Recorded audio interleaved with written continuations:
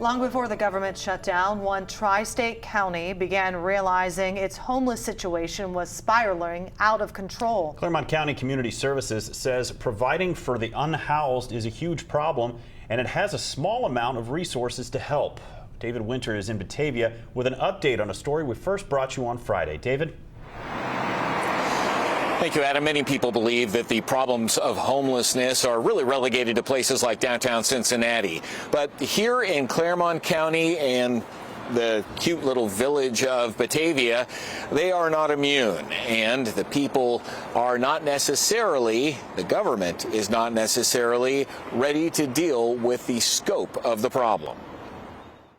It's like putting a Band-Aid on a injury that needs a tourniquet, obviously, to give you an analogy. But the amount of resources that we have never met the need.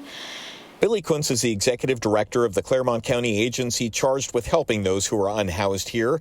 The county used to have a homeless shelter, but it closed during COVID and never reopened.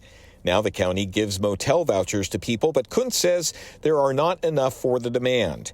There are those who say that they are unconvinced the problem is as bad as some are stating it is. County Commissioner Claire Corcoran told me on the phone that she wants to see some hard data that shows there are hundreds of families who are unhoused in her county, and she is not in favor of reopening a shelter.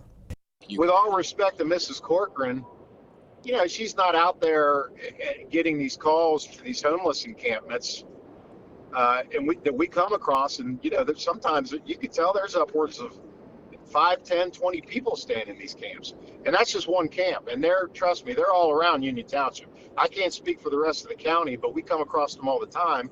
A lot of times they're back in the woods. They're not available to the naked eye, to the Joe citizen who's driving up 125, but they're there.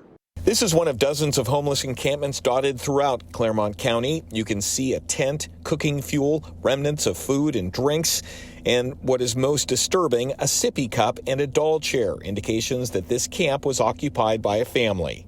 The number of kids that are homeless right now is mind-blowing. Bria Hodge runs the Master's Hands Outreach Ministry. She says the problem is definitely here. Some just choose not to see it.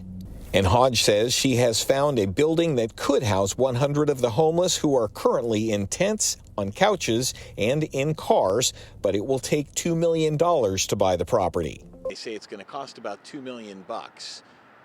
Will you participate in that? You know, that's something that we would participate in. I mean, we would definitely reach out to the state of Ohio. We would exercise whatever grant programs there are here that will allow an investment like that to be made. That was County Commissioner Dave Painter. We want to apologize to Commissioner Painter because we had said that he had not gotten back to us on Friday when we first introduced you to this story, but in fact he had. We just missed the call. Now, it's hard to say whether that ministry that needs to raise that $2 million will be able to do so.